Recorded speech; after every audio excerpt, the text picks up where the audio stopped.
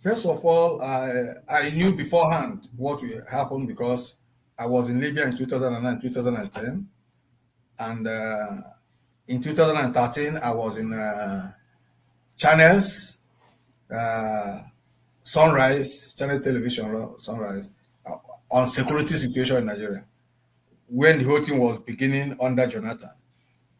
I told them that what Nigeria will experience is online, is online.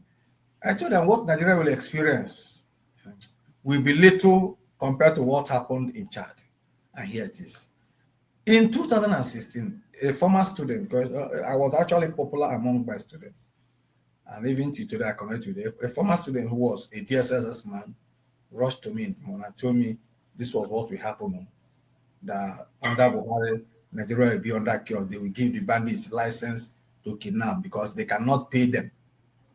Government cannot employ those people they invited to counter Jonathan during the election. So they're going to give them that there will be conflict too, and they're going to use them as weapons of Islamization. That's what he just told me because he understood me. He just left.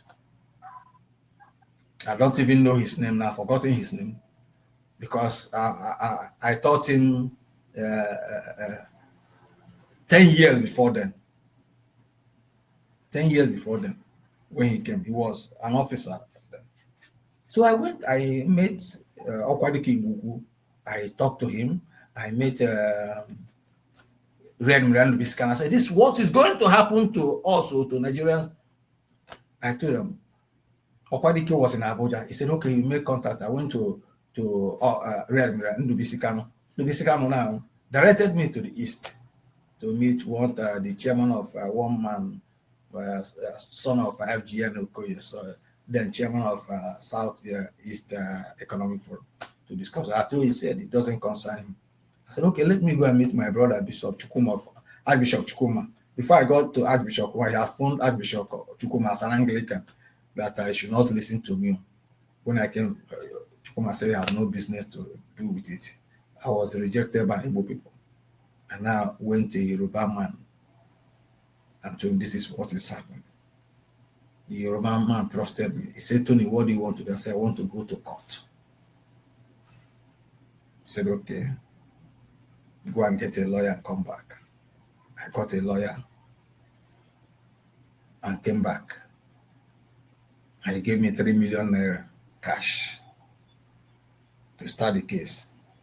And I filed it as a federal high court, challenging Buhari federal government on Islamization policies, presenting, and that was after Buhari put Nigeria into the Islamized military coalition, which was a way of, a way of bringing up fallback in case the Nigerian Christians revolt against him. And I put Nigeria into Muslim military coalition, and no Christian raised eyebrow, nobody protested, they just slept, clapping, praising God. Jesus come and help us in heaven, and so on and so forth. I filed the case in Asaba High Court. I invited Kelechi, my friend from Imo State. Kelechi, now they used my permission, senior advocate of Nigeria, and he invited me, he wanted to hand me over to DSSS, my lawyer. It was at that moment that Asimota, senior advocate of Nigeria from Benin, now heard about the case and intervened and told me, Tony, my boy, I will take the case free of charge. And Asimota was there when Professor Nwaezeigwe, our late Professor Nwaezeigwe, heard about it, Ben Nwaezeigwe. And Ben Nwaezeigwe also came and took over. Asimota said, since Ben Nwaezeigwe was his senior, he should not be leading. So it was at that time they came to arrest me in Asaba. They couldn't. I abandoned my school. And they traced me. I now went to Bonsac, interior of Asaba, and rented an apartment and hid there.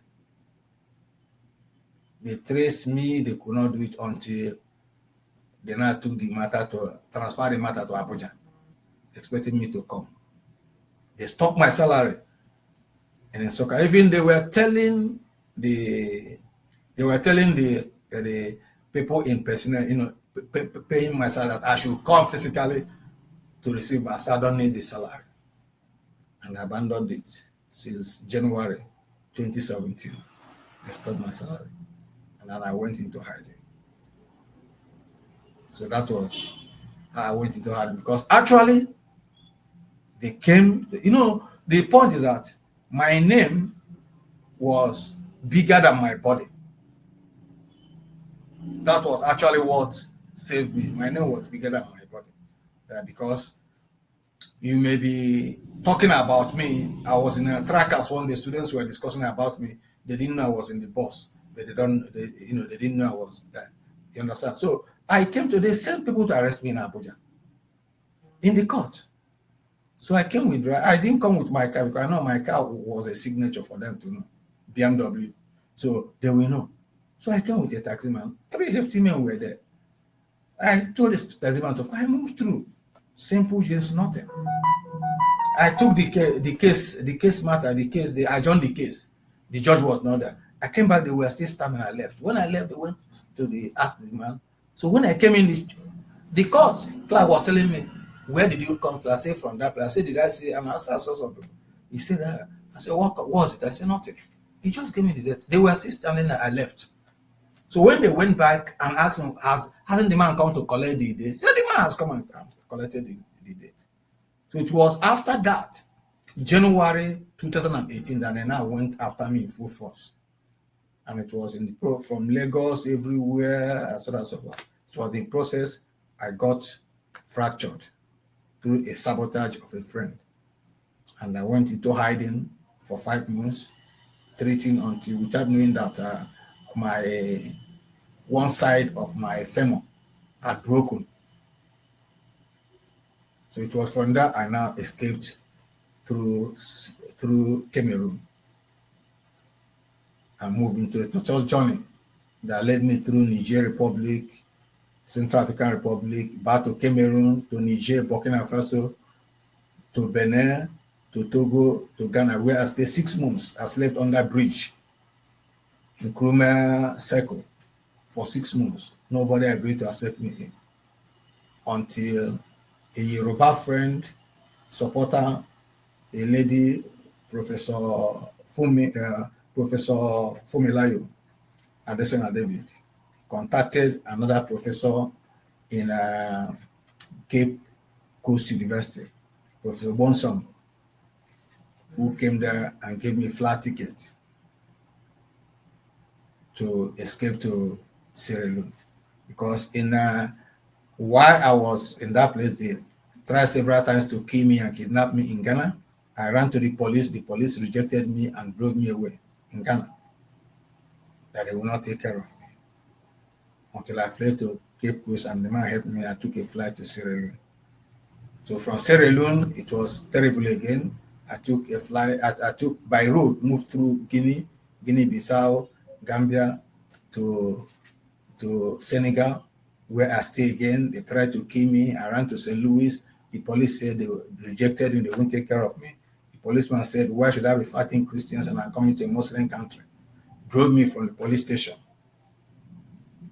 And luckily enough, I fled to Mali, from Mali to Burkina Faso, from Burkina Faso to Togo, where Togo government helped me and said they knew the problem in Nigeria and gave me a refugee status immediately to help me escape.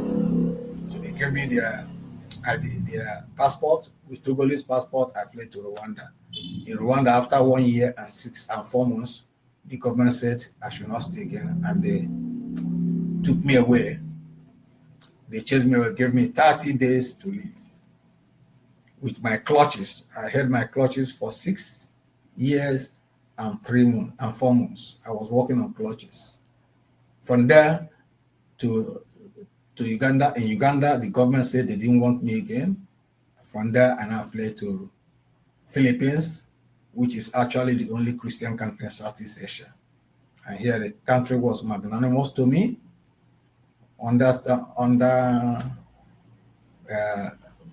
Within a year and 6 months, under a year and 6 months, they granted me full status as a refugee and even sent me to hospital for surgery, orthopedic surgery, that I can walk a bit now with their clutches.